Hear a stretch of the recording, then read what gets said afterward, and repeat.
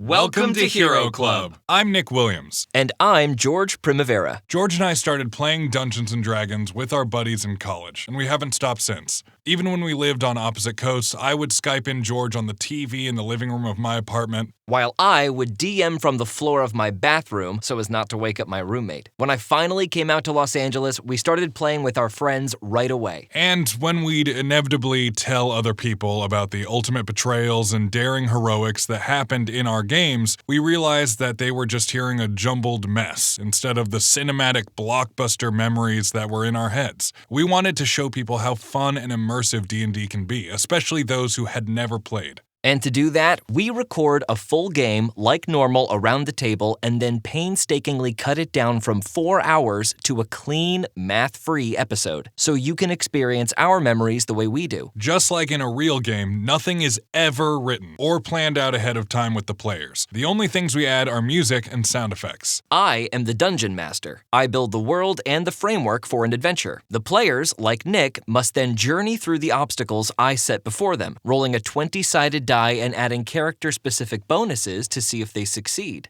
If they beat the number I have in my head, then their action is successful. If not, it is a failure, and there may be consequences. We try to follow the rules of Dungeons & Dragons 5th edition as close as we can, but as the Dungeon Master, what I say goes, and there are some things I like to do differently. Each season is its own contained story, so find one that sounds interesting to you and start from the top.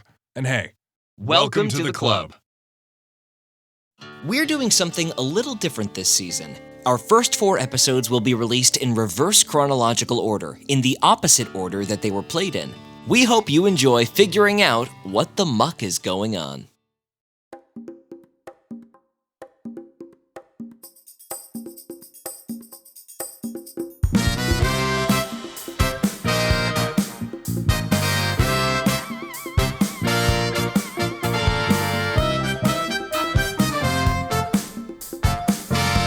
Town. Ha, ha. On a trawler, slick with squalor, bound in shackles and a collar. A person's felled, a person's held, as they cry out for a messiah, like a spicy jambalaya. A righteous horse rises from the sauce. Is it him, or could it be? Is it him, or may that me? Is the hero of the bayou, hero of the bayou. The salvation is to bayou, that hero from the bad, bad bayou. The fan blades go around and round to take you home. Around and round, the fan blades go around and round to take you home.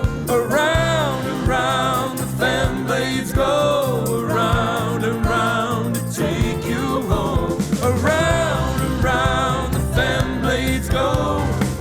He'll make his presence known. Here he comes, he's the hero.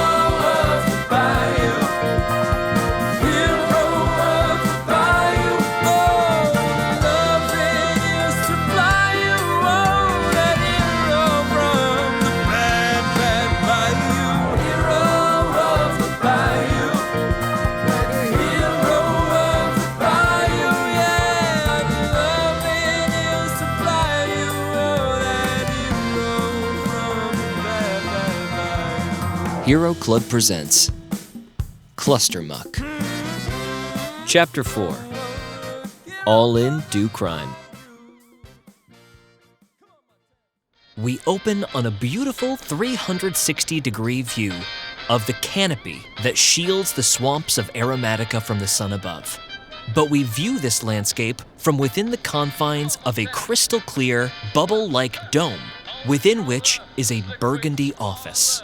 Soft, velvety red furniture adorns the room, and a putting green takes up the center of the office, about 15 feet in radius. Behind an enormous, dark-wooded desk, staring at several monitors, relaxing in a lavish chair, puffing on a cigar, is Papa Roach. In the cool air conditioning of his office, Papa Roach has unbuttoned his white linen shirt down to his mid-abdomen and is leaning back in his chair, one hand on the cigar, two hands interlaced behind his head, and one hand dancing over the keys of his laptop as he scrolls through an open web browser. He takes a big puff of his cigar and exhales. Oh, baby. Papa Roach scrolls through many, many headshots of what seem like very professional mercenaries, buttoned up to the collar, with great big V's emblazoned over their right breast. Ooh, he's nice. Yeah, that's a good one.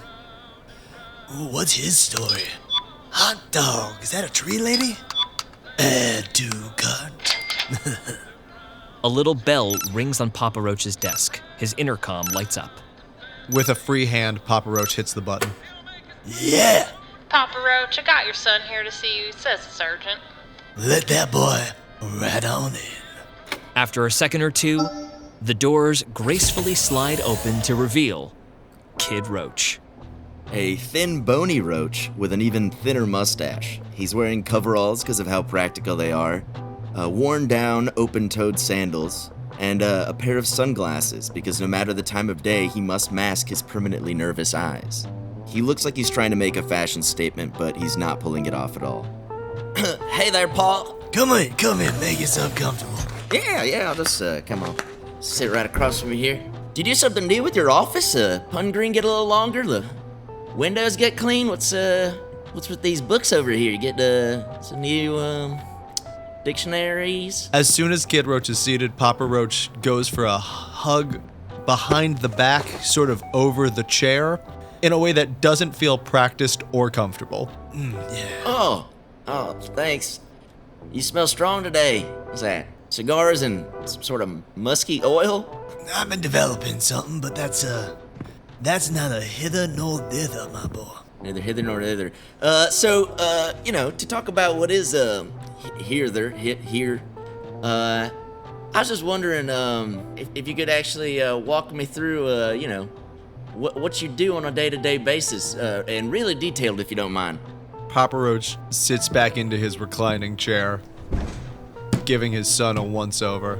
My day-to-day goings-on? Yeah, every little, thing from when you open those crusty eyes to when you close them at night. What you do in between, and how it all works, with all the details, every little one, so that I could hear and learn from you, and to soak it all in. With a huge smile, Papa Roach pushes the box of cigars across the table towards his son. Why don't you chomp into one of those while I tell you a tale? Wait, are you serious? I've never smoked. Today's the day, Junior. Kid Roach takes the cigar, bites it in half, spitting out one end of the ground, sniffs it, then puts it in its mouth, and starts open-mouthed chewing like a giant wad of bubblegum. I'm gonna be honest, Paul, it does not taste good. So my day-to-day, it ain't easy being on top, because the view from the top looks so pretty. But you always gotta remember it's a long fall down to the bottom. I insist that people take the stairs when they come up to see me so that they know how far I had to climb and how far they'll fall if they cross me. Yeah, I mean, thank God I take the elevator, but 59 floors is a lot. It's a lot for someone. You get special privileges because you're family. And family takes care of each other. Yes, they do. Family absolutely loves and cares. And let's get back to day to day. You were saying, how hard do you fall from the top? Kid Roach, roll a deception check. Nat 20. Papa Roach wraps his hand on his desk, stands up, and leans across, getting face to face with his son. Have I ever told you how proud I am of you? Well, no, Paul, you haven't. I mean, you've said some words in that realm, but you have never actually told me that you're proud of me. Get up, let me look at you. Oh, okay. Oh, darn it. Hold on, my sandals slipped off. 1 second. All right. All right, here I am. Papa Roach begins to circle around his son, affectionately prodding and adjusting his clothes. Dang, Paul, you're really handsy today. You know, I had a piece just like this when I was your age. Did it have problems with tearing at the leg? Because I have had to stitch this up at least 7 times. Nah, nothing like that. It was built to be aerodynamic. Like a tight, was it like skin tight? Son, do you know our family motto? I know you've told it to me before, but I do not have it on my person, no. Papa Roach slings an arm over Kid Roach's shoulder, pulling him into a tight, almost headlock. Do unto others before they do unto you. I've lived by that creed my whole life, and it's got me to exactly where I am today. Papa Roach's intercom lights up again with a little ringing. Yeah. Papa Roach, I think there's been some sort of mistake. There's a fella here says you ordered 50 dung pies. I got nowhere to put all this. I don't know what to do. 50 dung pies. That's way too many dung pies. I'll be right there. Papa Roach turns towards the door, then looks back at his son. I'ma tell you every single thing I do in a day. You just give me 1 minute, alright? All right, don't worry about me. I'm gonna be here waiting, and absolutely do not rush at all. I'll go nice and slow. Nice and slow. That's what that's my motto, my personal motto. Nice and slow. Okay, well, close the door behind you. Alright. Oh, by the way, you see that case there on my desk? If you touch that, I'll rip every one of your legs off segment by goddamn segment. Alright, I love you. And with the press of a button, Papa Roach powers down his computer screens, powers on a security camera in the corner of the room, and exits. Kid Roach is left alone in his father's office. The case in particular sits on a beautiful, reclaimed wooden table, but the case is anything but reclaimed. It is comprised of the most advanced technology you have ever seen. Enormous hydraulic locks, silver and gold inlay decorating the ridiculously thick titanium the case seems to be made out of. A digital passcode lock bars this case from even being opened.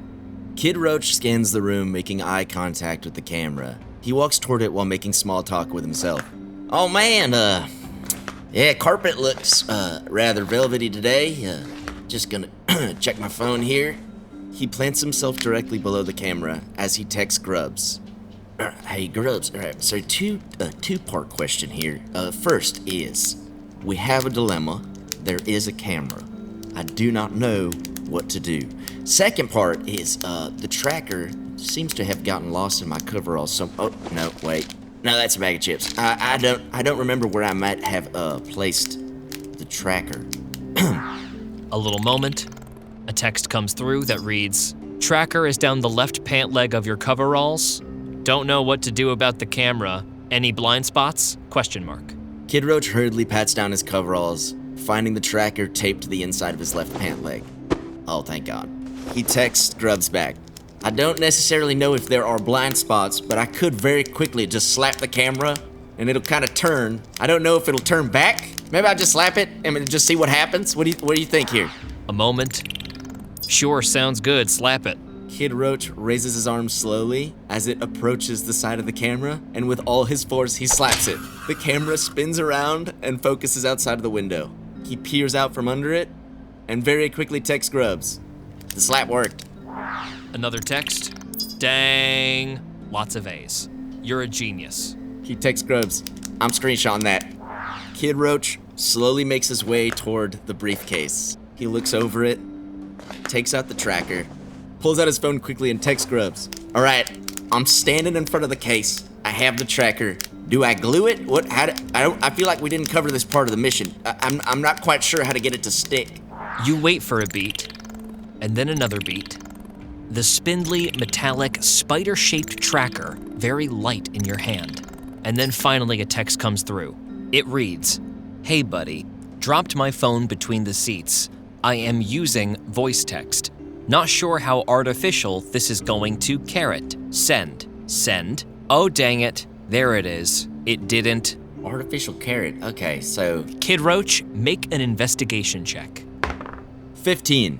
You see, as you flip the tracker over, a pretty obvious little graphical instructional sticker showing an arrow pointing between the tracker and an example case, and the next panel, an arrow pointing at the red button on the top of the tracker, with a very clear power symbol. Oh, god dang, it was right here the whole time. Okay, so if I pull one leg to the left, one leg to the right, hit the button. Oh, here we go. As the tracker latches on to the side of the case, there is a soft beeping, and when Kid Roach presses the button atop it, it suctions to the side with great force, and then some sort of cloaking device turns the tracker invisible. You take a look at your phone and realize that you've gotten a notification. The connection between your tracker and your detonator has been secured and confirmed. Kid Roach pulls out his phone and texts Grubbs. All right, it looks like it's set up. I don't really know what happened. It has disappeared, almost like magic, but I do believe we're in business. Kid Roach steps away from the desk, looks around, makes eye contact with the camera, and creeps back over to it. He grabs it from its base and turns it back towards the center of the room, then inches right back into frame and sits at his chair, waiting for his father to arrive. Make a sleight of hand check for the readjustment of the camera. 11. Semi-confident in the camera's repositioning, you take your seat just in time for the doors behind you to blast open and Papa Roach to come in with a quickened step, holding 2 dung pies in his arms. You know, I put my secretary 1 floor below me to prove a point about me being on top, but it means that whenever I go to get something, I have to go down a whole goddamn flight of stairs and then back up that flight of stairs, which really aches my asshole. Yeah, Paul, I don't want to mess up your whole process or how everything works, but I do feel like your secretary could probably come up to you at the top and then go back to her desk, and then you would never have to move. I feel like that's the point of having a secretary. Well, maybe when we're off this godforsaken planet, I'll make some adjustments. Papa Roach sighs deeply and goes back to his desk. You know, that case there, that one you definitely didn't touch, because I told you not to, that's our ticket out of here. How do you mean? Like it's a ticket to a vehicle that will remove us from here? Or how What does that look like any kind of a ticket you've ever seen? Hey, listen, tickets come on all sorts of sizes and shapes, so... Tickets are usually made of paper, and they're very small. You are correct. It's a metaphorical ticket. Soon as I offload that, we go from just being top bugs of Mudtown to top bugs of wherever we so please. That does sound pretty nice. And you're saying anywhere at all, we could be top bugs. If everything goes well tonight, that's exactly what's gonna happen. I almost forgot. Papa Roach moves to his son, taking the rhinestone-encrusted ladder necklace around his neck and placing it over his son's head. I want you to be there tonight with me. Won't be the same kind of an evening if you ain't by my side. Kid Roach looks down at the necklace and back up at his paw. Dang, Paul, are you sure? I just feel like, I don't know, I feel like this necklace usually around your neck. I know mine's maybe not so strong for it. Maybe you want to put it back on or something like that, just in case I don't know, get sick and don't make it tonight. No. That right there, that's yours now. You know, my father gave me that necklace when I was about your age. He stole it from a corpse that he found in the river, who I assume was a very wealthy man. Classic granddaddy, always grave snatching and finding goods in the water. It's classic. Well, he pulled it from that dead man's throat, put it right around his neck and wore it for years. You know, the day he gave it to me, what he told me? I found this on a dead body in the river, probably something like that. He said, you didn't grow to be as tall as I thought you'd be. Doctors assumed you'd be taller. He's classic granddaddy. You know, the 3 things about him: always grave robbing, always taking things out of rivers, and always calling us short. And that's why we don't miss him. That's right. That's the same day I shot him in the face. Hell yeah. Every year, we celebrate granddaddy's death. And tonight, we celebrate something else. That's why I need you there tonight, boy. Right by my side. All right, Paul. You got me. I'll be there. Kid Roach, make a deception check. 14. There is a quiet beat as Papa Roach stares into his son's eyes, and Kid Roach, you are unable to maintain eye contact, looking quickly to the floor. Well, my. Maybe one day that necklace will hang more appropriately upon your carapace. For now, I don't want to see you no more. Get out of here, boy, and take at least 30 dung pies with you. Kid Roach stands and scurries out. All right, sir. Yes, sir. Sorry. I'll work on my carapace or what you. Okay. He heads out, closing the door behind him. Papa Roach stares after Kid Roach as he leaves the office. I do believe that boy means to pull one over on old Papa Roach. I'm so proud. Kid Roach, descending the elevator in the center of the antenna, finally disembarks, walking out into the thick, sticky humidity of the Aromatica swamps. The underside of the antenna is bustling with activity. In the early hours of the day, shopkeepers are opening their doors, food vendors are pedaling across the muck atop little paddle boats, and once in a while, a fancy hovercraft or a janky fan boat pulls into the docks, with eager consumers reaching for their wallets. Kid Roach, as you walk outside, you see a rickety fan boat painted with flame decals, and sitting behind the wheel is a bulbous caterpillar fella, your good buddy Grubbs. His entire top half is wedged between his seats, apparently reaching for something.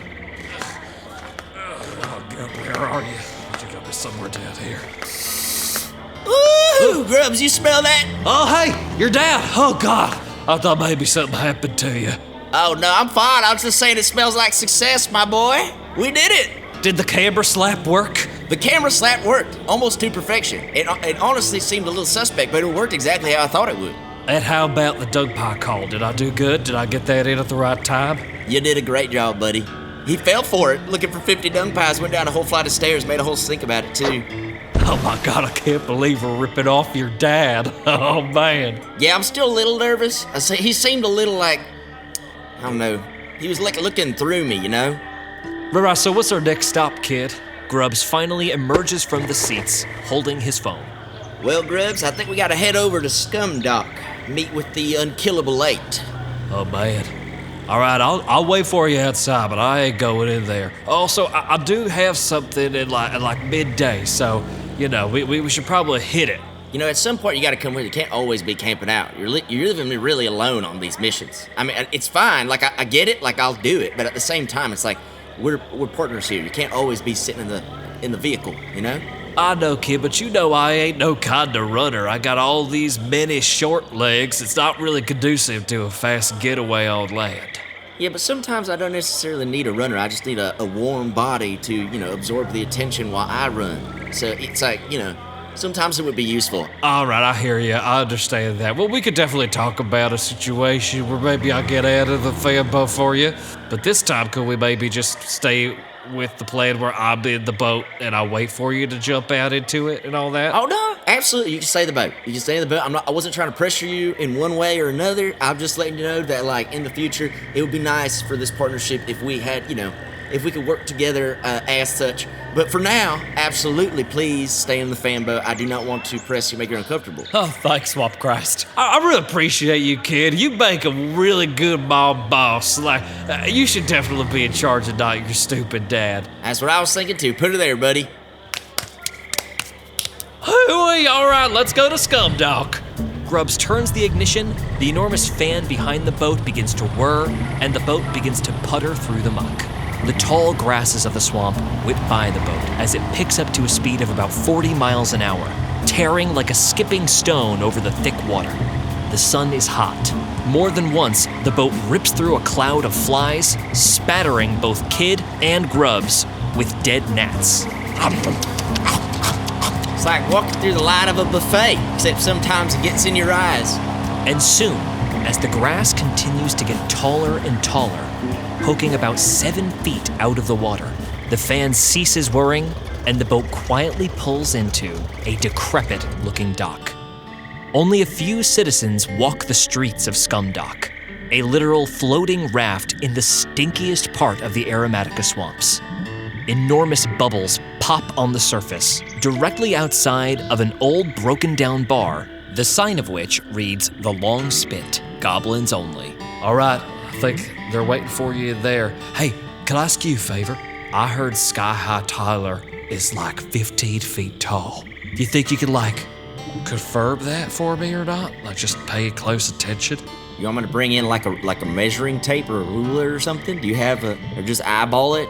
I mean, how tall are you? What, like, let's say like 5 feet? Well, if I stretch all the way out, I'm 7, but there's no way I could maintain like a straight line like that from the ground, so... All right, so let's say for the sake of measurements, let's just say an even 7, and then when I see him, I will let you know in increments of yourself how tall I believe he is. If he is a 1 grub or a 2 grub or 2.5 grubs, you know what I mean? Hell yeah.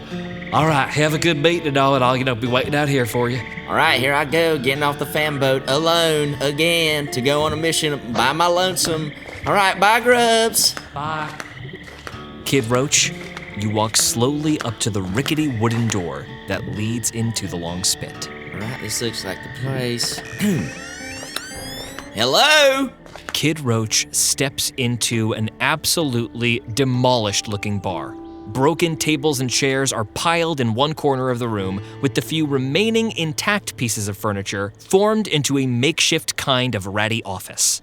Behind the bar, a broken robot with a full bullet hole through one of its eyes pours a drink out of a nozzle hand, which is scooped up by a tall figure at the bar. They are wreathed in shadow.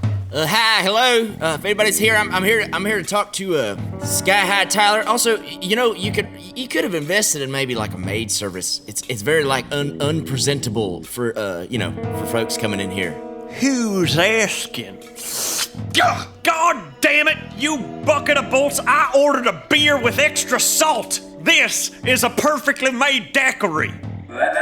Sorry, boss.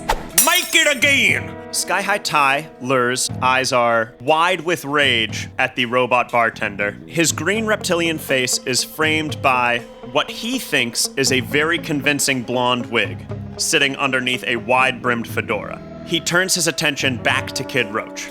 Who are you and what are you doing in my place?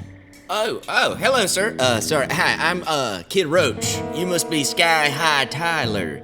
Nice to meet you. Sky High Tyler gives a big, toothy smile and tips his fedora. Each tooth in the big, toothy smile is a fang, one of which is gold. Well, Kid Roach, eh? It is my distinct pleasure to make your acquaintance. I have heard of you and your ilk. Oh man, you're not as tall as I thought. You're like, man, probably like 1 1/4 grubs, one and maybe 1 1/8. Let me just write that down. Hold on. As a matter of fact, I am as tall as you thought. At the mention of his height, Sky High Tyler's gaze pierces into Kid Roach. Tameph, shut the door. Kid Roach, behind you, the door slams shut. And standing behind you, quite a bit shorter than you, is another goblin. Tameph is a 4-foot-tall goblin. She is green iridescent with a blue shift. She holds her pistol up towards Kid Roach, trying to intimidate him. Roll an intimidation check. 7.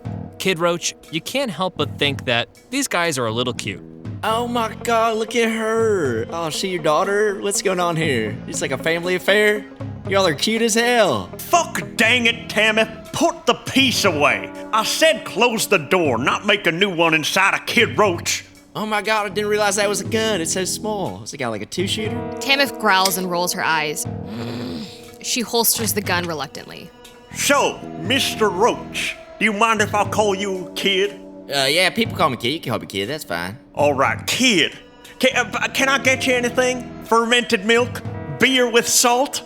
Actually, if you just have sour water, carbonated sour water, I would take a little bit of that. Absolutely. Robot, sour water. Carbonated sour water, please. Carbonated. Carbonated sour water. The robot sputters for a moment, a couple of things change in its chest as some fluids rearrange, and out of the nozzle comes a perfect glass of sparkling lemonade.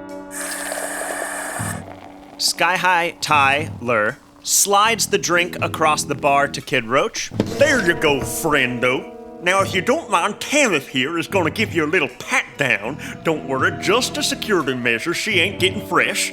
And then why don't you take a seat and let me know what on Aromatica Sky High Tyler can do for you. Tameph approaches Kid Roach. She pats him down quickly, but does not do a thorough job. Now, Tameph, make sure you do a nice and thorough job there. Tameph rolls her eyes and nods. Tameph, roll an investigation check. 10. you find no weapons on Kid Roach. Tameph turns to Sky High Tyler and nods. Good enough for me. Pull up a stool. Rest your appendages, my insectoid friend. All right, well, sir, to be honest, I have a bit of a proposition for you.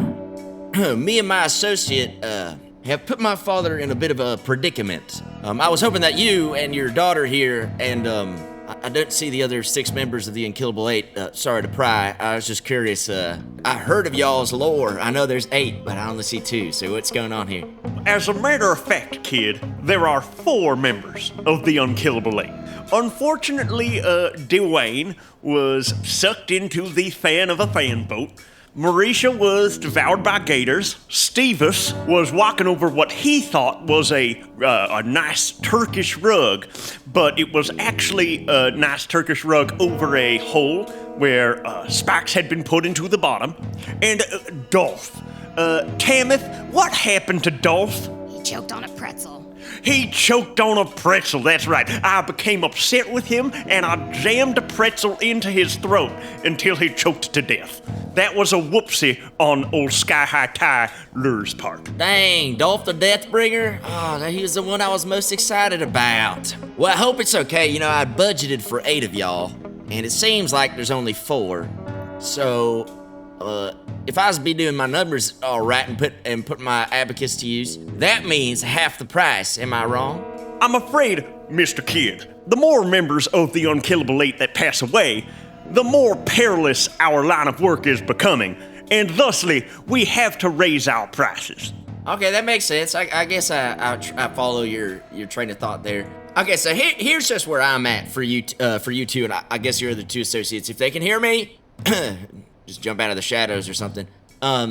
So basically, I have put a tracker on a package of my father's, a case if you will, that seems to be carrying something very important. Enough so that he believes it'll get us off Aromatica for good. Now, I ain't no brain scientist, rocket maker, but what I do know is that for something to take us out of Aromatica must be real important and worth a ton of credits. So, here's my proposition, is if I give you the tracker and I give you the clicky device that makes it happen, you know what I'm talking about, you need to go acquire that case from my paw and bring it to the Hastings elevator. I don't care how many of y'all it takes, that's all I need from y'all. Based on what I've heard from my paw, it sounds like the deal's going down tonight, which doesn't give us a lot of time here. So I'm willing to part with 400,000 credits.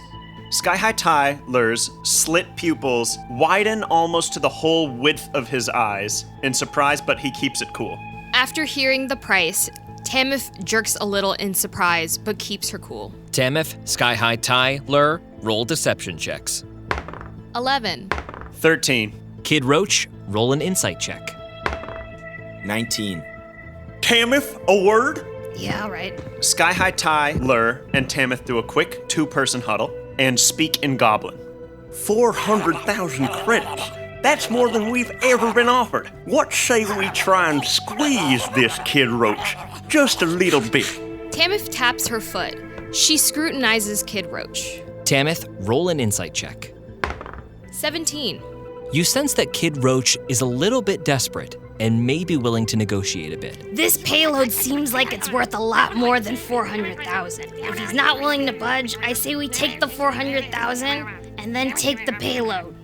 Tameph, this is why I respect you more than the other 2, whose names elude me at the moment. Sky High Tyler turns back to Kid Roach. Well, Mr. Kid, that is quite a sum. But it sounds to me like this is quite a job. I'm afraid I'm going to have to ask that you increase it. Well, let me think about that for a minute, see, because in my experience, which by the way, I have been navigating the dark web, I made a friend on there by the name of Stinger11D99, and he told me the appropriate price for a job like this. So I don't know, 400,000 seems like a pretty good number. Mr. Kid, ain't you ever heard the old phrase, don't trust everything you read on the internet? It's why I don't vote. Now, I don't know who this Stinger 2012 is, but I am Sky High Tyler, and this is Tameph. And we and our 2 associates, whose names elude me right now, are hardened professionals who you are talking to about doing a job. I know that you are Kid Roach, son of Papa Roach, and that you can afford the price we ask.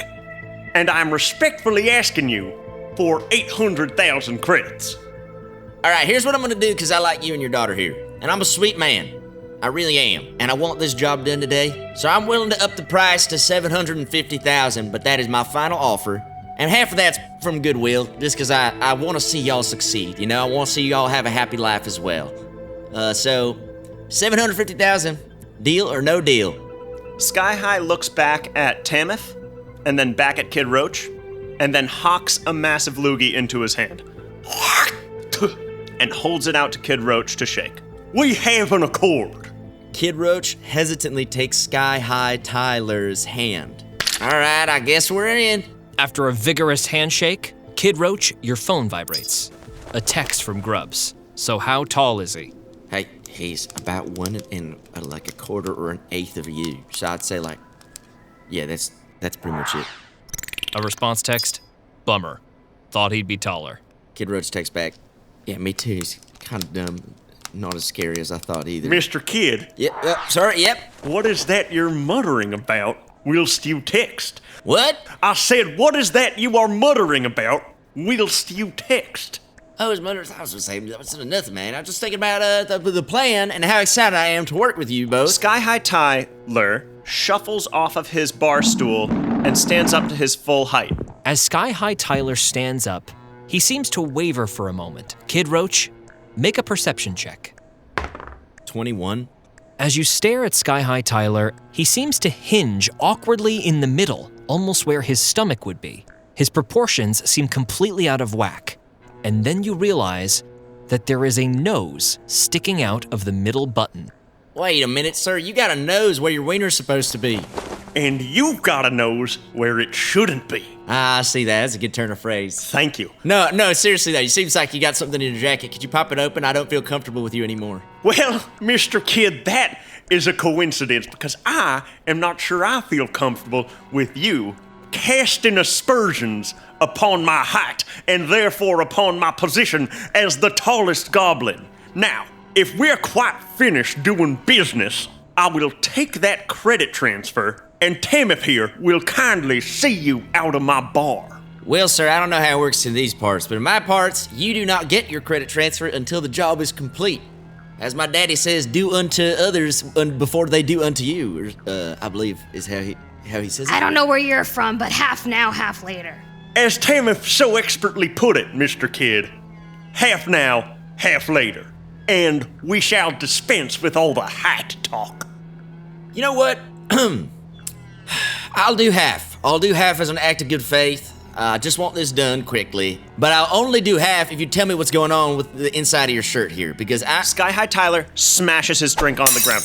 Do not talk about my height or any nose that you think you may or may not be seeing. Now, I will take that credit transfer, Mr. Kid, or our business is concluded before it has begun. Tameph pulls out her pistol and points it straight at Kid Roach's head. And if you call me his daughter one more time, I swear to God. Okay, I'll pay the credits. I don't really want to deal with this anymore. I'm good. After the transfer is approved across both phones, another handshake is had, though quite a bit more tense than the previous one. We'll see you when it's done, Mr. Kid. Whoo-wee, we got a deal then. I'll see y'all on the other side. And remember, the Hastings elevator. The Hastings elevator, sir. How could I forget? Be seeing you, Mr. Kid. I'll be seeing you, but also again, it might be worth it just to hire some sort of maid service here. Y'all are living in filth, you know? It could be just like a tad better. Might get your brain working better, might get you guys feeling better, I don't know, sleep better. Get out. Right. Kid Roach hastily exits, leaving Sky High Tyler and Tameph alone for a moment. Sky High turns to Tameph. Wait! 750,000 space clams! And the best part, Tameph, is that Tweedledee and Tweedle whoever the fuck aren't here right now. Which means that you and I, my dear, are getting bigger cuts. Yeah, how would you split that up? Do I look like I'm sitting in front of a calculating machine? That is a brain-teasing Sudoku puzzle ancient riddle of the fates that can wait for another time. Tameph taps her foot. She thinks about it.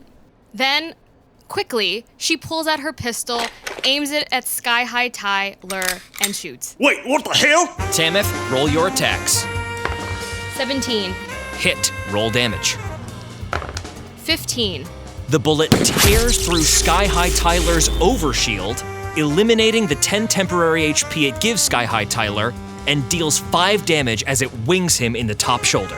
Sky High Tyler is brought to 25 out of 30 points of health. You treacherous shrew! You incompetent asshole! She takes advantage of his surprise and attacks again.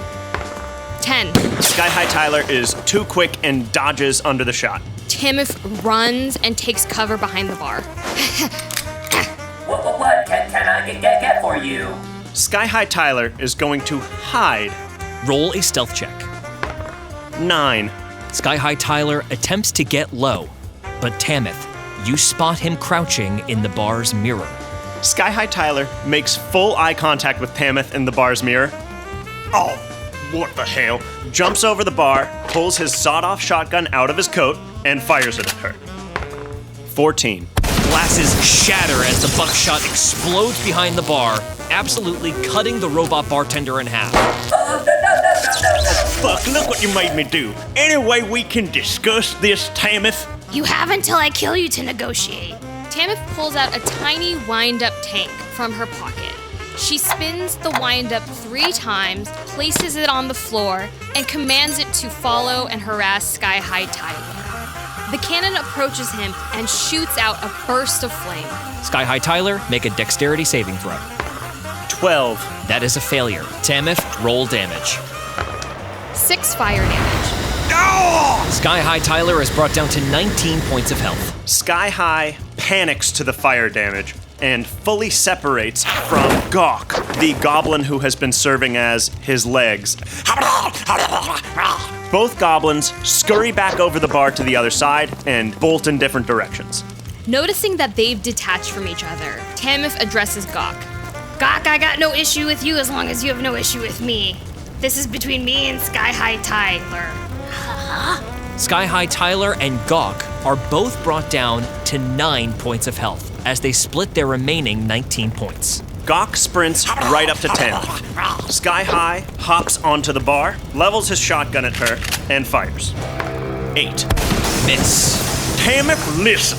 I am prepared to give you a much larger cut than I was originally anticipating. If you would like to sit down and do this calculation, we can both put the weapons away. I want your cut and your title. Sky High Tyler's sideways eyelids narrow. Oh, well, that dog just ain't gonna hunt. And he cocks his shotgun. The tank moves towards Sky High Tyler and blasts him with more fire. Sky High, make another dexterity save. 24. Success. You will only take half damage. 11. Rounded down to 5 points of fire damage. Sky High Tyler is brought down to 4 points of health. Tameph pulls out a device that looks like a radar gun. She points it straight at Sky High Tyler and blasts him with a thunderous wave of deep, booming sound. The remaining glass in the bar shatters, the mirror is sundered. Both Sky High Tyler and Gawk will make a Constitution saving throw. Sky High Tyler rolls a 19. Gawk rolls a dirty 20. Both succeed. They will take half damage. 4. And Sky High Tyler, launched across the bar, slams into the back wall, reduced to 0 hit points. Sky High Tyler, make a death saving throw. 16. 1 success. Gawk sees you fall prone and is overcome with rage. Kill her, Gawk. Don't let her do this to old Sky High. Gawk goes berserk. He aims the revolver he's holding right at Tameph and pulls the trigger. 22. Hit. Roll damage.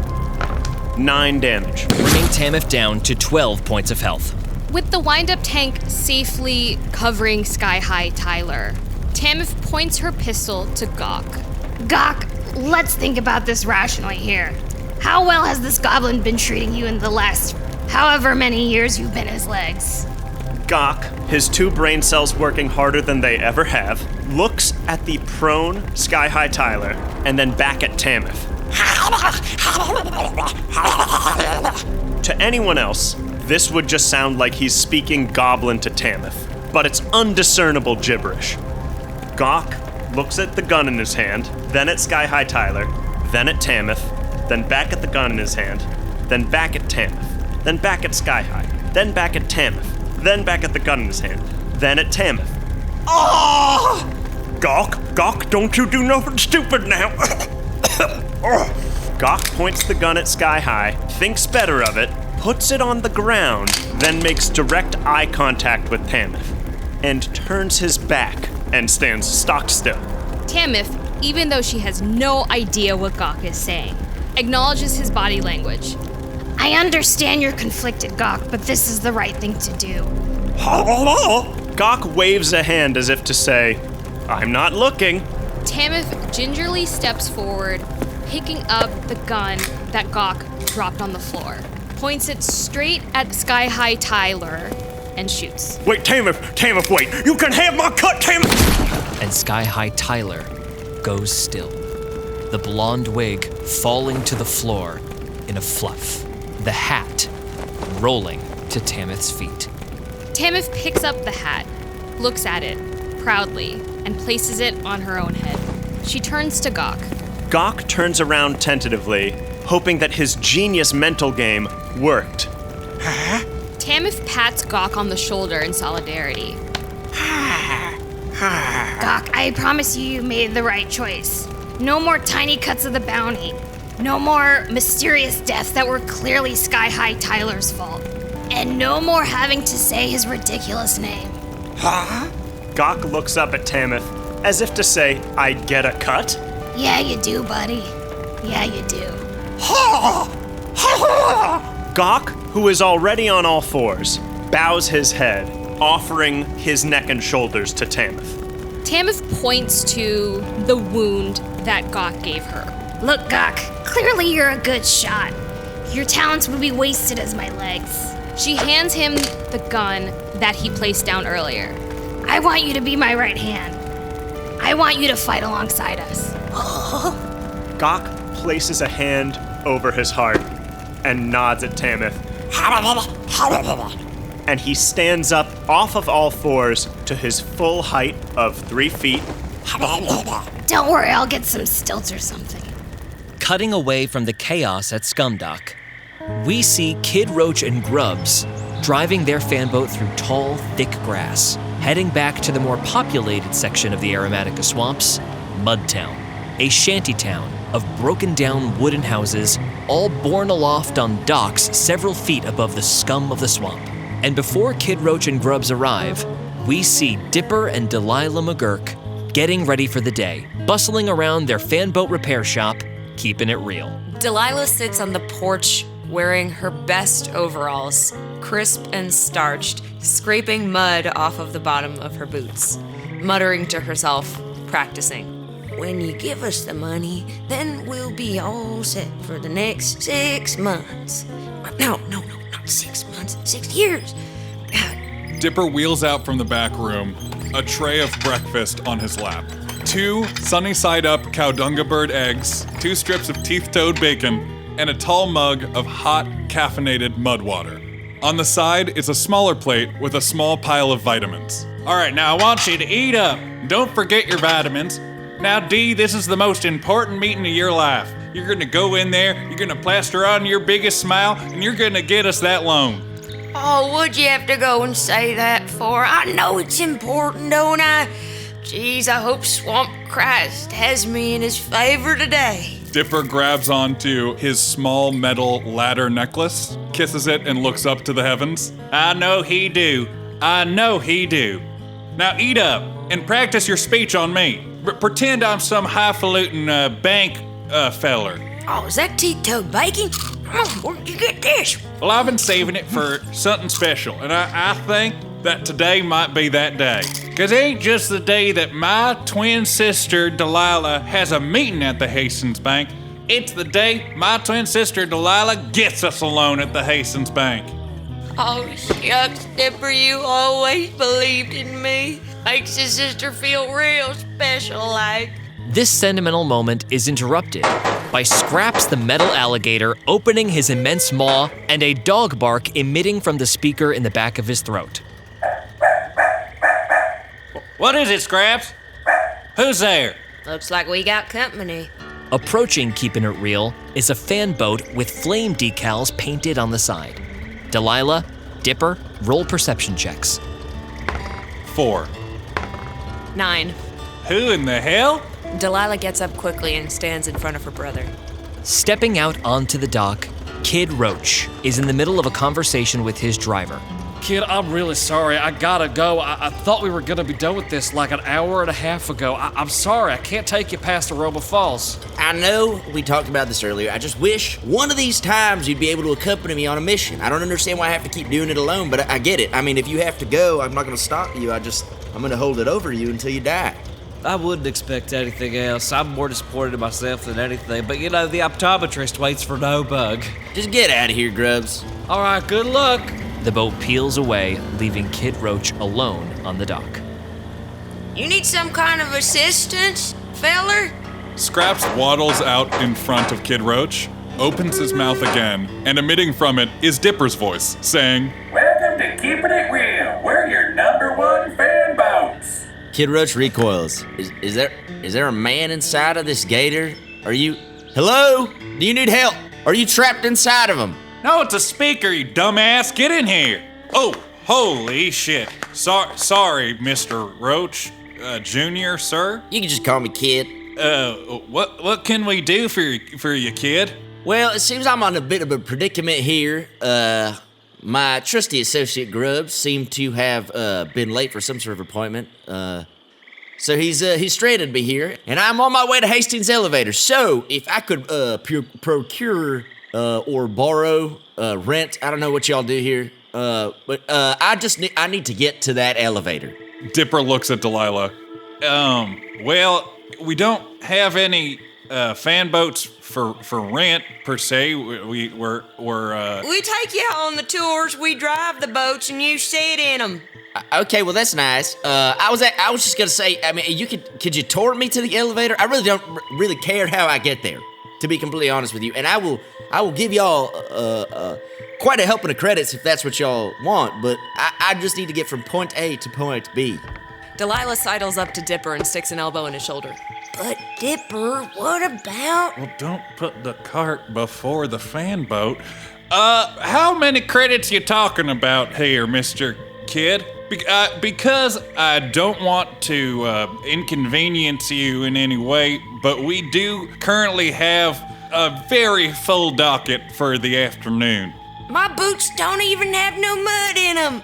And there's a reason for that. Right, I'm sorry about your boots and the mud situation you're having with them. But basically, I'm willing to give y'all. What do you charge for a tour here? Like 20 credits, 30 credits? What's the deal? Dipper locks eyes with Delilah, trying to get her to say a higher price than normal. What was that price point, D? Well, since the big recession and all, times is hard. Let me look at our books again. I think it'll be a couple hundred credits at least. A couple hundred credits to take a tour to a fishing hole. Well, you don't want to go to no fishing holes you mentioned. You want to go somewhere special like.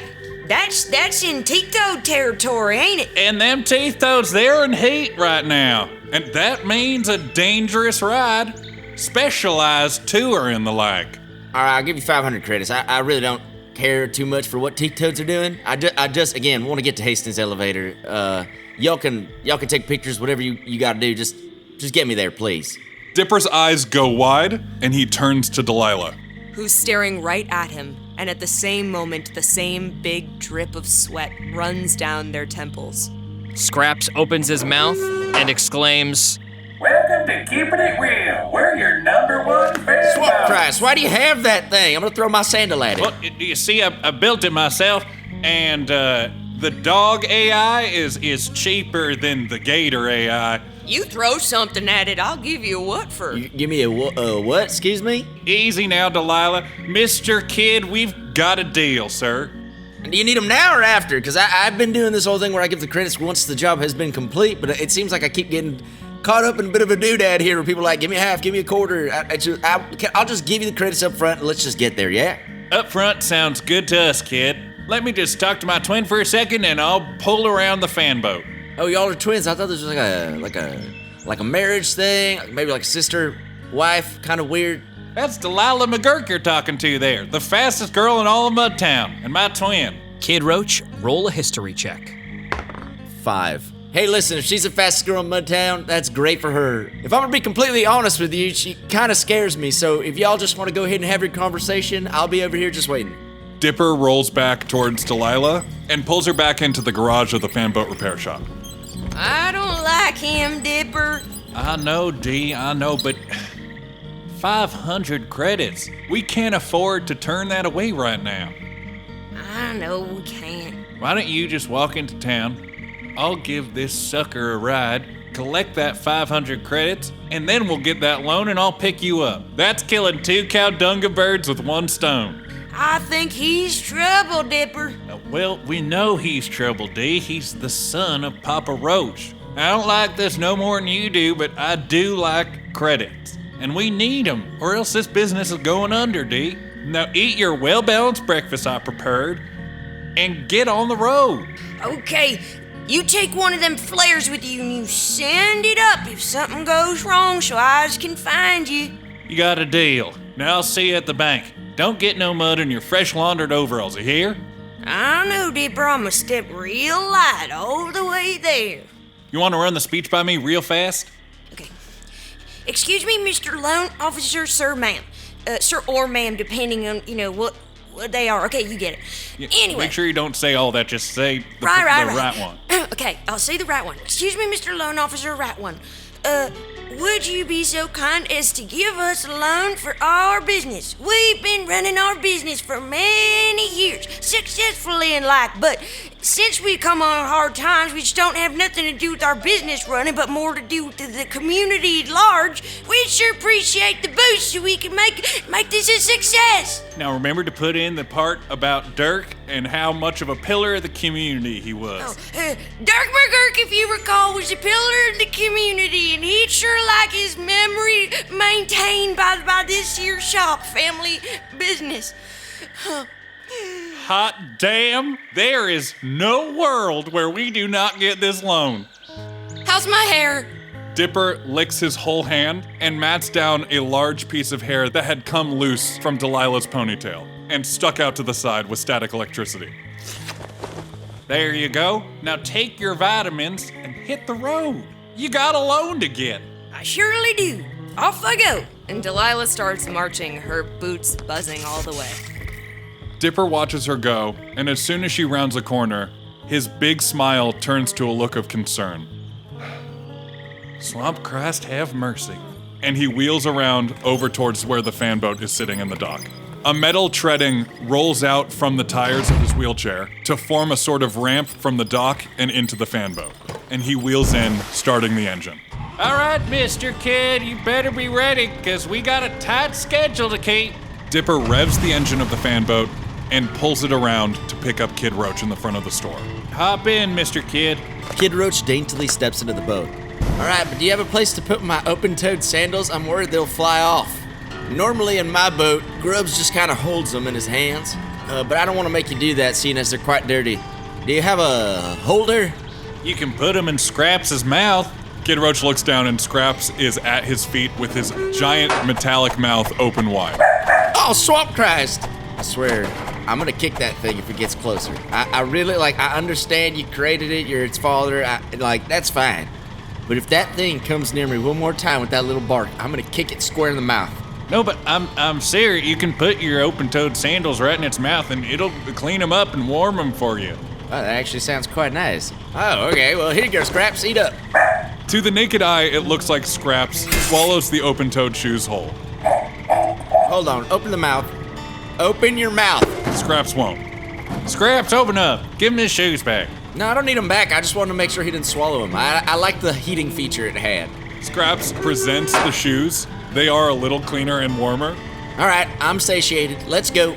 As Dipper pulls the fanboat out of the dock, the both of you begin to travel eastward towards the roaring Aroma Falls. A metallic fence with many slits in it, allowing the water to pass unobstructed down the waterfall, bars any watercraft from passing. However, upon Dipper's approach, part of the gate opens up, allowing him to drive the boat onto a water-filled platform adjacent to the actual waterfall. The platform is then lowered, finally depositing the boat on the lower level of the Aromatica swamp. It is much more pungent down here, where the scum has truly settled as low as it can get. Intimidatingly high grass blocks your view in almost 360 degrees. Dipper, roll a survival check. 9. Well, I don't see no teeth toads, but might be safer to go the long way round, as it is rutting season and all. When the teeth toads are out, so is the snapdragon. How do you know about the snapdragon, huh? Oh, I've seen it, mister, with my own 2 eyes. You seen the snapdragon you survived? Well, I was a ways off, but I definitely seen it. It came out bigger than a Class 2 GCC cruiser, emerging from the swamp, chomping down right on a whole bushel of teeth toads. I ain't never seen nothing like it in my life, and I don't plan to again, mister. Well, I ain't playing around with no snapdragon ever since one took my maw. So if you think going around the long way is the best way, I can't tell you otherwise. Sorry about your ma. We'll take the long way around. Hopefully we'll miss it. Dipper wheels the fanboat around and heads towards the long direction. An hour and a half passes in awkward silence. Once in a while, Scraps the alligator jumps over the edge, diving into the water with a bark. And there is a swirling of bubbles as he chases something deep beneath the muck, but always returns back up onto the fanboat, shaking his entire metallic body loose of the muck and slime. My sandals better be dry, that's all I'm saying, dog. Gator, dog, gator, gator, dog. I don't know the order in which he prefers. As the afternoon rolls around, you approach the immense skyscrapers that spear into the canopy far, far past where the leaves block the sky from view. You begin to see intricate signs for the Hastings Elevator and Hastings Plaza. The lower level of these skyscrapers, which is filled with shops, a few too many security checkpoints, and a healthy GCC officer presence. The folks of more ill repute tread carefully in Hastings Plaza. As you pass a GCC checkpoint, both of you make a persuasion check. Nat 20. 17. The GCC officers look at your boat, give the decals a mocking, derisive look. We're your #1 fan boats. And then see who's riding, making eye contact with Kid Roach. One of the GCC officers calls off the rest of them and gives you a familiar nod. Certainly one of the GCC officers on your father's payroll. Yep, that's right. Nothing to see here. Just treading along. The fanboat pulls up alongside the Hastings Elevator building, and Kid Roach disembarks. Scraps, that transfer go through? Transfer completed. All right, Mr. Kid, it's been a pleasure. Aren't you forgetting something? Oh, Scraps, give the man his open-toed sandal. Ooh, toasty. I like that. See ya, thanks for the ride. Time to go do my job. Kid Roach, as you get up onto the dock that borders one of the massive skyscrapers in Hastings Plaza, you walk around the corner and find yourself on a much larger dock with many bustling shops with their little curtains drawn open. At the far end of this market, there are massive automatic glass doors, where a few people once in a while trickle in and out. Above these doors, emblazoned in old, reverent writing, are the words, Hastings Elevator, SF. There she is. I'm almost good to go. All I gotta do is walk through this here swamp meat. Walking to the elevator, you are a bit paranoid, looking over your shoulder. Make a perception check. Dirty 20. You peer around and don't notice anyone keeping an eye on you. You walk through the swamp meat completely scot-free. You get to the glass doors. They open up and a blast of slightly colder air hits you, though still completely sodden with the humidity of the outdoors. Ooh, dang door gave me the heebie-jeebies. In front of you are a row of metal detectors and a very lazy-looking slug man. All right, next up through the metal detectors. Oh, sweet God. All right. Pass through here. Any phones or the like, put in this tray. Here you go. Wait, just don't. Try not to touch it with whatever you're. All right. Kid Roach walks through the metal detector. There is a ringing, and you feel a sharp pain between your ears as you do. Ah! Sorry, the metal detector is new and hasn't been calibrated. The enormous slug man takes the tray with Kid Roach's phone in it and swallows it whole, moving it around his mouth.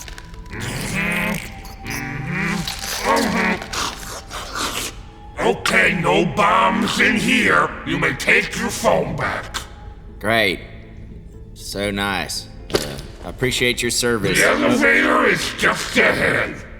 Kid Roach walks into a beautiful elevator, exceptionally clean as soon as he crosses the threshold. Glass doors close, and you immediately begin to ascend. After you ascend one floor, the elevator suddenly halts, and a computerized voice kicks on. Greetings, and welcome to the Hastings elevator. We have detected that you do not have a GCC visa. As such, a trip to the upper levels will cost a small fee of 5,000 credits. Please deposit now. Please deposit now. Could you do 2,000? I think you said. Could you do 2,000? I have identified this as a negotiation. Unfortunately, this machine is not equipped with a negotiator. And as such, the price remains static at 5,000 credits. Please deposit now. How long would I have to wait for the elevator to have the negotiator come aboard? Is it? I don't have a ton of time, but I'm willing to wait. If you cannot complete the transfer as requested, the elevator will return you to the swamp floor. All right, 5,000 credits. Here you are. Kid Roach, you watch your last credits leave your bank account as you pay for the ticket to the upper levels. You know what? Zero's just a number, baby. Let's hit it. Take me to the top. Come on, elevator. Woo! Faster! With pleasure. The elevator rockets up to the sky. Across the way, through this dark elevator shaft, you see another elevator beginning to move down about 40 feet across the way. The interior of the elevator is illuminated, so within, you are able to clearly see 3 standing figures. A pretty handsome-looking human man, some sort of immensely tall tree woman, and a robot that is clearly outfitted with many deadly weapons. Roll a perception check. Botch. The elevator passes below you much too quickly for you to get a good look at anything, and so this moment fades quickly from the back of your mind.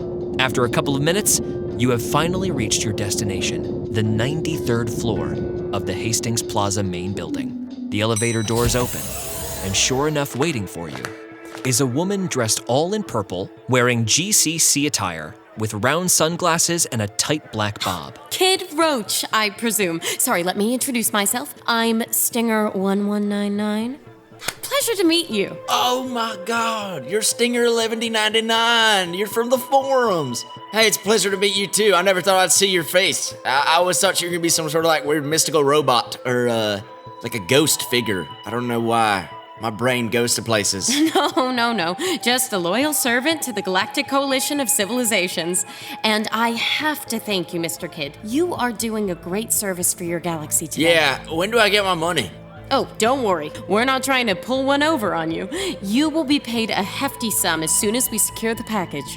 How does 20 million credits sound? That sounds great, because your boy is broke. Zero. I'm at net zero right now. I have absolutely nothing in my wallet, so I will take those credits, thank you. Before we get that 20 million to you, why don't we send a little advance of 10,000 and let you have a little fun on the casino floor? Oh, you little freak. Absolutely. Send it my way. I figured that might appeal to you. Here you go, sir. Immediately, 10,000 credits hit your account. I'm putting it all on scum. Kid Roach gets right back into the elevator. The woman reaches in and selects the 100th floor. All right, now I want you to have fun, okay? We'll be in touch. And thank you for giving us the contact information for the Unkillable 8, I believe it is what you call them? Yep, that's them, Unkillable 8. Although I will say very quickly before I have my fun in the casino, which I'm going to do right now, there is only 4 of them left, apparently. They went through some whole thing where it's like one of them got eaten by something, one of them choked on a pretzel. I don't remember all the whole stories. And one of them has like a nose for a wiener. I honestly, it was a sight to see. I couldn't even explain it. more than what I just did. So that's just a little forementioning for you, because I don't want you to be shocked when him and his daughter and his nose wiener thing come at you.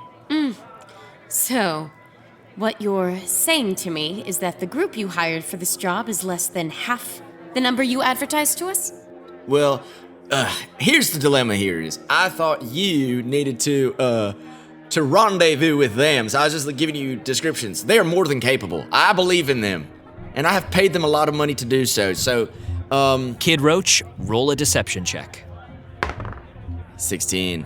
The GCC representative seems satisfied by this answer.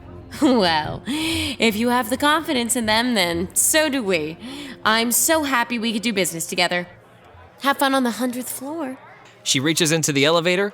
Like my pa says, do unto us what everybody does unto themselves. Thank you. The elevator door has closed before you can finish that sentence, and you begin to ascend.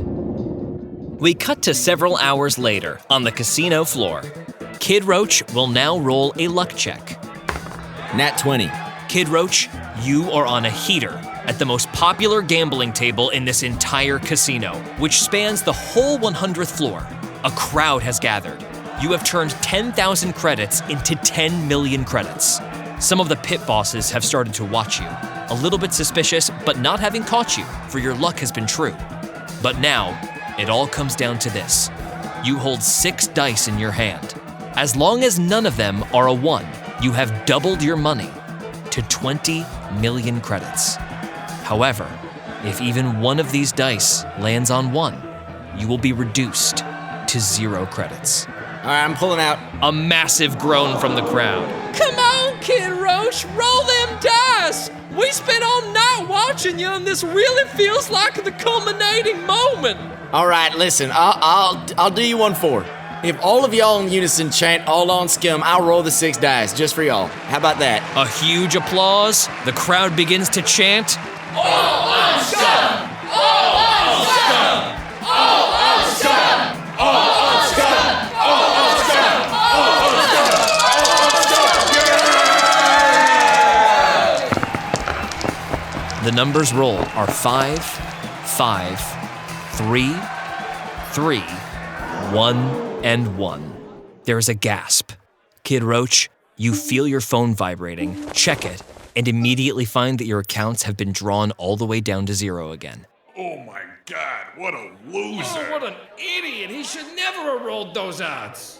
You know what? This on y'all, because as soon as I said "all on scum," y'all started chanting. You wanted this. All of you here, hold on. Kid Roach stands on top of the dice table. Every single one of you is guilty for this. We are all losers together. I said, oh, yes? You turn around and see the GCC representative behind you, flanked by at least a score of armed guards. Oh, toots. Mr. Roach, we have a problem. Was it me? Was it all the money I spent?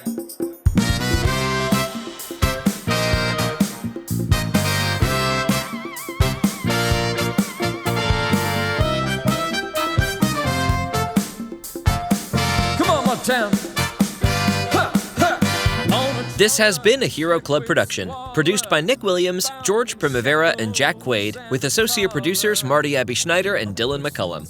Voice acting by George Primavera, Marcos Gonzales, Nick Williams, Lelia Symington, Marty Abbe-Schneider, Jasmine Chiong, Gabe Greenspan, Jackie Emerson, and Jessica Randazzo.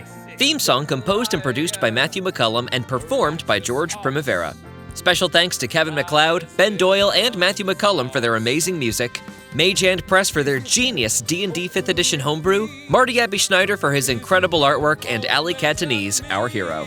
Follow us on Instagram at Hero Club Podcast, on Twitter at Hero Club Pod, on Twitch at twitch.tv/hero_club, and check out our website, heroclubpodcast.com.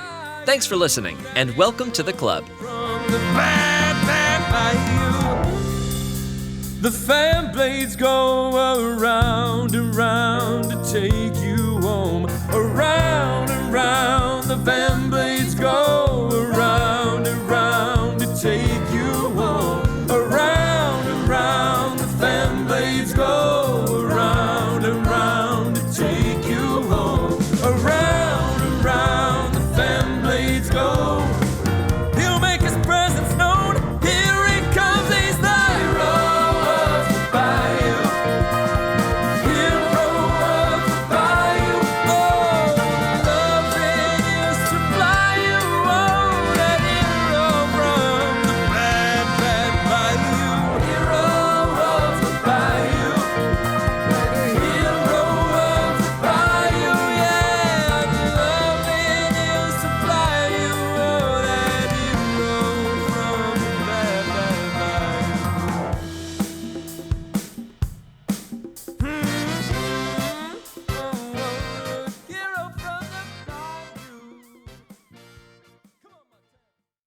Can I ask you a question, Kid Roach? Yeah, you can ask me a question.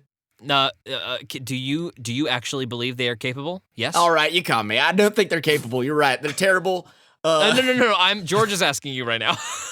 Hey, George, are you in the elevator too? Jesus fucking Christ, Marcos.